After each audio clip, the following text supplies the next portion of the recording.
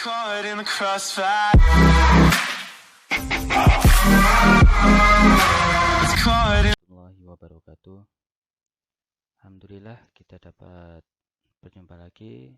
Kali ini dalam video ini saya ingin mengajak untuk membahas mengenai tentang hubungan antara filsafat, manusia, dan pendidikan.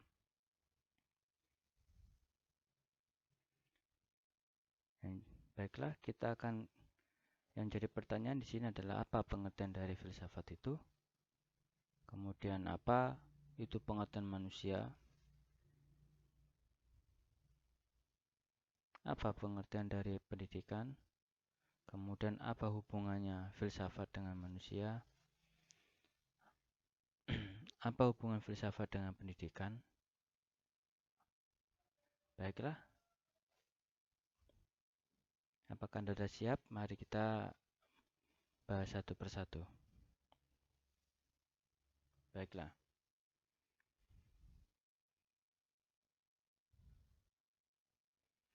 Filsafat adalah ilmu yang berusaha mencari sebab yang sedalam-dalamnya bagi segala sesuatu berdasarkan pikiran atau rasio. Itu adalah pengertian dari filsafat.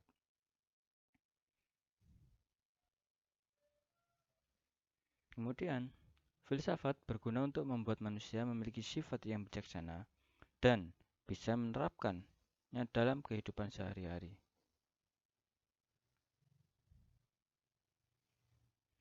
Filsafat juga bertujuan untuk membuat manusia memiliki perspektif yang luas dalam melihat sesuatu. Dengan hal ini, maka manusia dapat memiliki pandangan yang luas dan dapat terhindar dari sifat egosentrisme.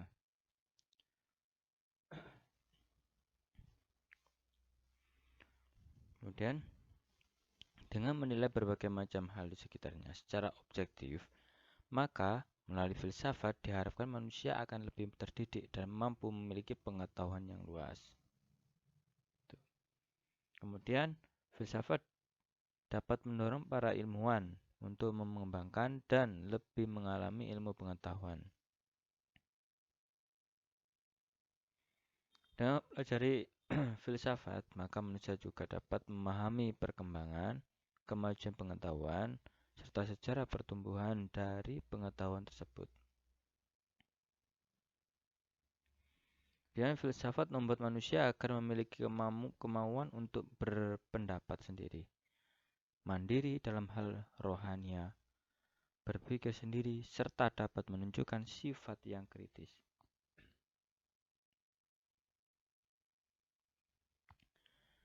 Dengan mendalami filsafat, manusia dapat mendalami pokok ilmu sampai ke cabang-cabangnya. Dengan demikian, maka akan lebih mudah dalam memahami hakikat ilmu beserta sumber dan tujuan.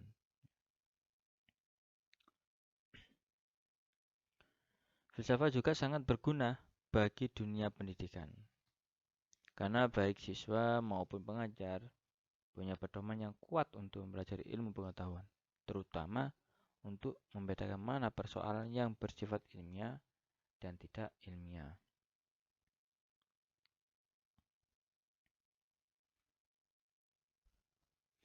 Baiklah, selanjutnya itu fungsi filsafat. Anda bisa lihat dapat dalam poin berikut ini. Fungsi filsafat yang pertama yaitu membentuk sifat kritis. Maksudnya di sini adalah seperti yang telah dijelaskan sebelumnya, filsafat dapat membentuk pemikiran yang kritis pada seseorang. Hal tersebut tentunya sangat berguna untuk diterapkan dalam kehidupan beragama maupun bermasyarakat. Sehingga ketika menghadapi masalah apapun di hadapan manusia dapat berpikir dengan rasional supaya tidak terjebak oleh segala sifat fanatisme. Kemudian fungsi filsafat yaitu yang kedua itu sebagai pemecah masalah. Di sini adalah ilmu filsafat mengajak manusia supaya berpikir secara bijak dalam mengatasi berbagai persoalan Dengan menggunakan cara berpikir filsafat, maka diharapkan manusia dapat mengidentifikasi masalah tersebut dan memudahkannya dalam mendapatkan jawaban, sehingga masalah dapat dipecahkan tanpa kesulitan. Fungsi yang ketiga yaitu membantu kemampuan analisa. Maksudnya di sini berpikir secara filsafat tentunya sangat dibutuhkan oleh para pelajar maupun peneliti. Karena apa? Karena dengan demikian kemampuan dalam menganalisa akan semakin terasa, sehingga analisa dapat dilakukan dengan kritis dan komprehensif untuk mengatasi berbagai permasalahan ilmiah dalam riset di situ. Selanjutnya yaitu berfungsi sebagai menambah pengalaman. Maksudnya menambah pengalaman di sini adalah melalui ide-ide baru atau dasar hidup. Filsafat dapat membentuk pengalaman kehidupan manusia secara kreatif. Semakin banyak rasa ingin tahu manusia dan keinginan untuk mencarinya, maka pengalaman akan terus bertambah.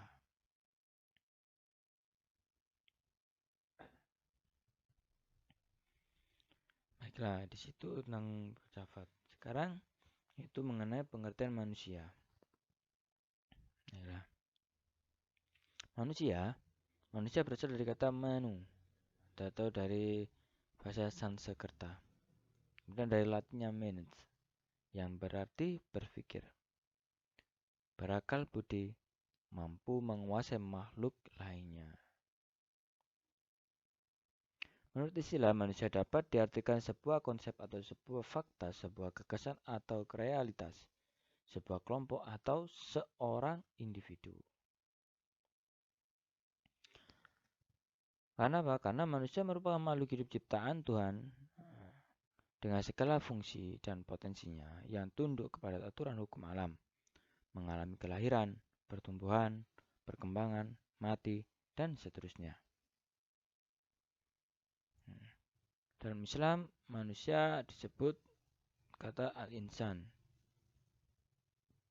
dari akar kata al-uns atau an-nisa dalam kurung jinak, menunjukkan pada dasarnya manusia itu jinak, dapat menyesuaikan diri dengan realitas hidup dan lingkungan.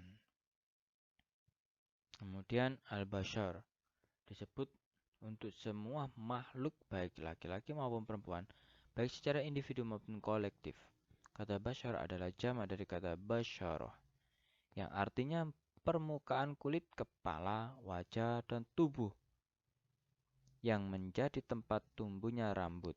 Untuk itu, kata bashar mengacu kepada manusia dari aspek lahiriahnya dan mempunyai bentuk tubuh yang sama.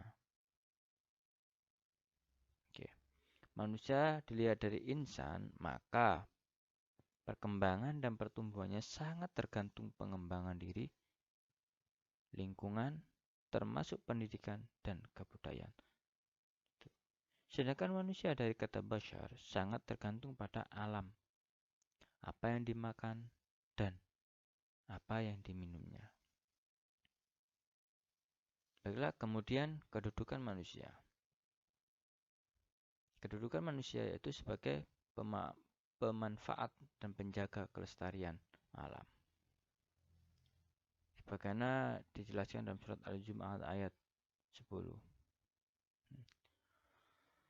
فَإِذَا قَضَيْتِ الصَّلَاةَ فَانْتَشِرُوا وَفِي الْأَرْضِ وَابْتَغُوا مِنْ فَضْلِ اللَّهِ وَاذْكُرُوا اللَّهَ كَثِيرًا لَعَلَّكُمْ تُفْلِحُونَ. Artinya apabila telah tunaikan sholat, maka bertebarlah kamu di muka bumi dan carilah karunia Allah dan ingatlah Allah banyak-banyak supaya kamu beruntung. Maksudnya dalam ayat ini adalah bahwasanya ketika selesai mengerjakan ibadah atau sholat, kita dianjurkan untuk mencari, berikhtiar yang namanya nikmat-nikmat Allah yang ada di muka bumi ini. Agar kita apa? Agar supaya kita menjadi orang yang beruntung.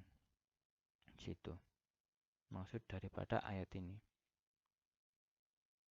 Kemudian kedudukan manusia yang kedua itu sebagai peneliti alam. Dijelaskan dalam surat Al-Luqman ayat 20.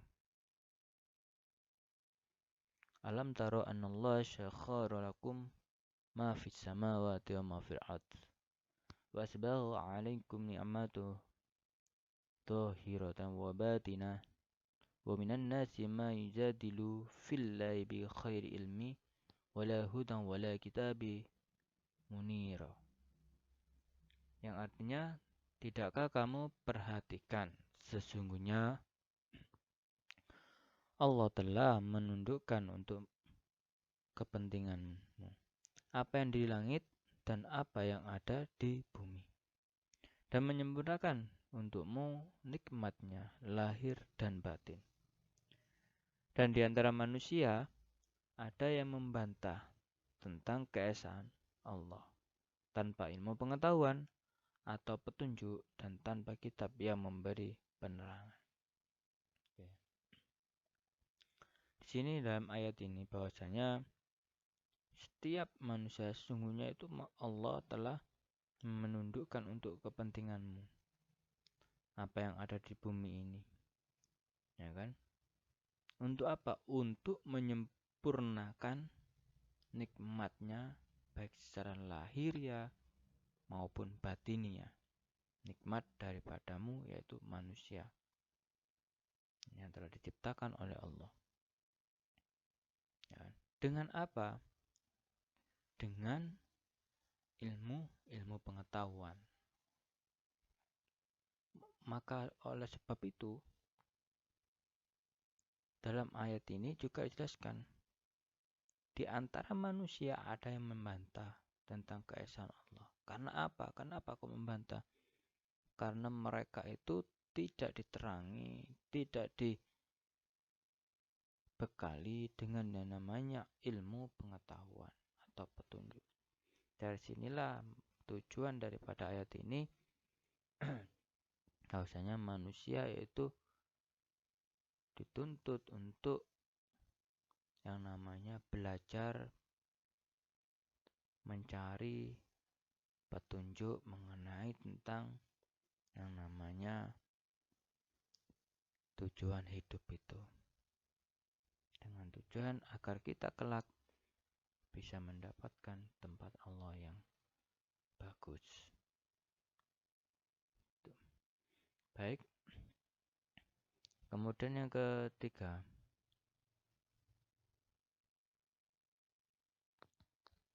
yaitu manusia sebagai khalifah di bumi. Ya, ini dijelaskan dalam surat Al-Baqarah ayat 30. Yang mana artinya, ingatlah ketika Tuhan kamu berfirman kepada para malaikat, sesungguhnya aku hendak menjadikan seseorang khalifah di muka bumi.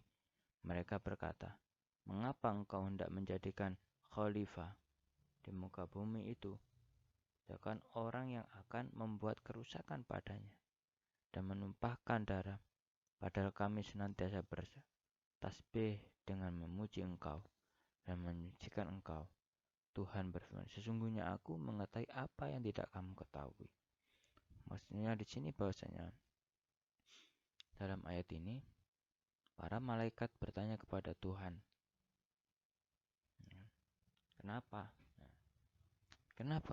Kenapa Tuhan ingin menjadikan manusia di muka bumi itu sebagai pemimpin, dan kenapa kok bukan saya saja sebagai malaikat di sini? Yang mana saya selalu malaikat berkata yang selalu menyucikan, bertasbih kepadanya dan selalu bermuji kepadanya. Karena manusia ini kelaknya akan menjadi seorang yang suka, ya kan? Maksudnya orang yang membuat kerusakan dan menumpahkan darah. Tapi Allah dengan menjawab, sesungguhnya aku mengetahui apa yang tidak kamu ketahui. Maksudnya di sini malaikat itu tidak tahu apa yang diketahui oleh Allah. Itulah jawaban dari Allah ketika malaikat bertanya mengapa manusia mau jadikan sebagai khalifah di muka bumi. Oke. Kemudian selanjutnya itu sebagai makhluk, kedudukan manusia yang selanjutnya itu sebagai makhluk yang paling tinggi dan paling mulia. Ini dijelaskan dalam surat At-Tin ayat 4.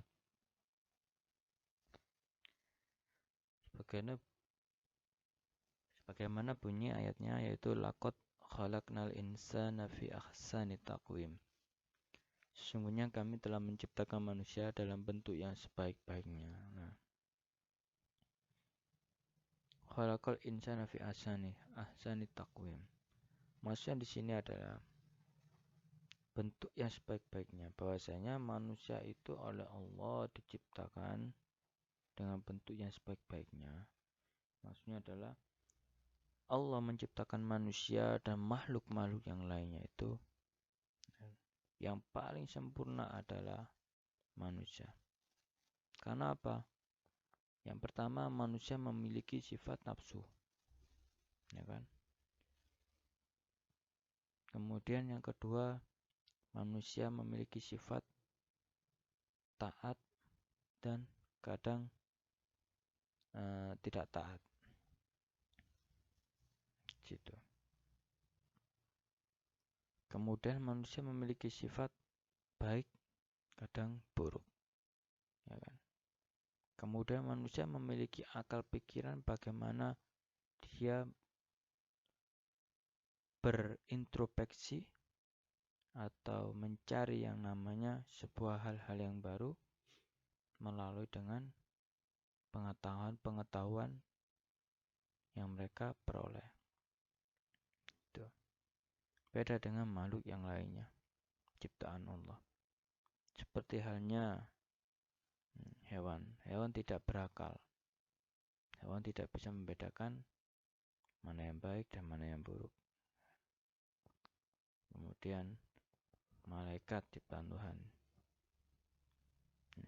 Malaikat yang selalu beribadah kepada Allah, bertasbih kepada Allah, ya, tidak memiliki nafsu.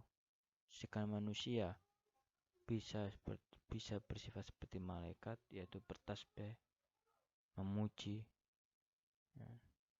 Bahkan sebaliknya, manusia akan memiliki sifat atau menjadi sifat seperti halnya ditolong Tuhan, yaitu setan.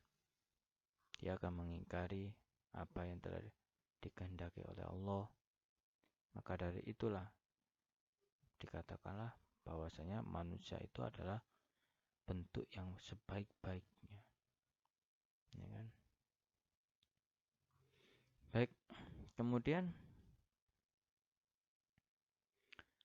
selanjutnya itu pengertian tentang pendidikan. Oke. Pendidikan adalah suatu usaha sadar dengan cara yang sistematis dan dinamis. Hal ini sebagai tujuan mewujudkan pembelajaran serta meningkatkan potensi dari setiap peserta didik. Sedangkan pengertian pendidikan agama Islam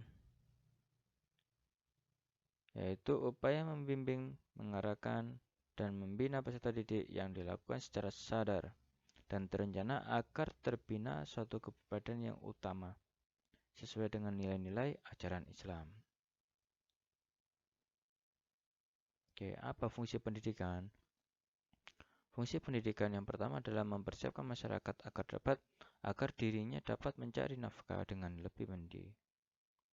Yang kedua, proses membangun serta mengembangkan minat ataupun bakat dari peserta didik, baik itu untuk kepuasan pribadi ataupun demi kepentingan masyarakat umum. Kemudian yang ketiga, sebagai tindakan pelestarian budaya yang ada di lingkungan masyarakat itu sendiri. Dan selanjutnya sebagai proses transfer atau pemindahan budaya atau adat istiadat dari generasi terdahulu ke generasi selanjutnya. Oke. Tujuan pendidikan. Tujuan pendidikan yaitu yang pertama, learning to know, belajar untuk mengetahui, learning to do, belajar untuk melakukan, learning to be, belajar untuk menjadi, learning to live together, belajar untuk hidup bersama. Sedangkan tujuan pendidikan nasional dalam undang-undang adalah untuk mengembangkan potensi peserta didik agar menjadi manusia yang beriman dan bertakwa kepada Tuhan Yang Maha Esa, berakhlak mulia, berilmu, sehat, kreatif, cakap, mandiri, dan menjadi manusia yang taat kepada Allah Subhanahu wa taala. Baiklah, kemudian bagaimana? Jadi bagaimana hubungan filsafat dan manusia? Baiklah. Hubungan kita ketahui manusia adalah makhluk ciptaan Allah yang telah mencapai derajat sempurna dibandingkan dengan makhluk ciptaan Allah lainnya. Termasuk diantaranya malaikat, jin, binatang, dan lain-lainnya. Di antara kesempurnaan itu terlihat dari ciri-ciri manusia yang memiliki jasmani fisik roh yang berfungsi untuk menggerakkan jasmani dan jiwa. Yang di dalamnya ada rasa dan perasaan. Filsafat adalah induk semua ilmu yang ada dalam semesta ini. Jadi, manusia berfilsafat guna mencari kebenaran dari sebuah ilmu. Oleh sebab itu, dapat disimpulkan hubungan filsafat dengan manusia itu sangat erat. Karena apa? Karena manusia berfilsafat, berpikir. Untuk apa? Untuk mencari sebuah kebenaran dari sebuah ilmu itu. Tanpa berfilsafat, tanpa berpikir, manusia tidak akan dapat memperoleh sebuah ilmu pengetahuan yang baik. Tanpa berfilsafat atau tanpa berpikir, manusia tidak akan memperoleh kenikmatan atau rahmat yang telah diberikan oleh Allah Subhanahu wa taala kepadanya. Oke, yang kedua. Jadi bagaimana hubungan filsafat dengan pendidikan? Hubungan filsafat dengan pendidikan yaitu hubungan antara filsafat dan pendidikan terkait dengan persoalan logika, yaitu logika formal yang dibangun atas prinsip koherensi, dan logika dialektik dibangun atas prinsip menerima dan membolehkan kontradiksi. Hubungan interaktif antara filsafat dan pendidikan berlangsung dalam lingkungan kultural dan pada akhirnya menghasilkan yang disebut dengan filsafat pendidikan. Itu hubungannya. Jadi, kesimpulannya, filsafat digunakan untuk mencari hakikat manusia sehingga diketahui apa saja yang ada dalam manusia. Hasil kajian dalam filsafat tersebut oleh pendidikan dikembangkan dan dijadikan potensi nyata berdasarkan esensi keberadaan manusia. Itu dari kesimpulan daripada hubungan antara filsafat, manusia, dan pendidikan. Baiklah, cukup sekian dari saya. Assalamualaikum warahmatullahi wabarakatuh.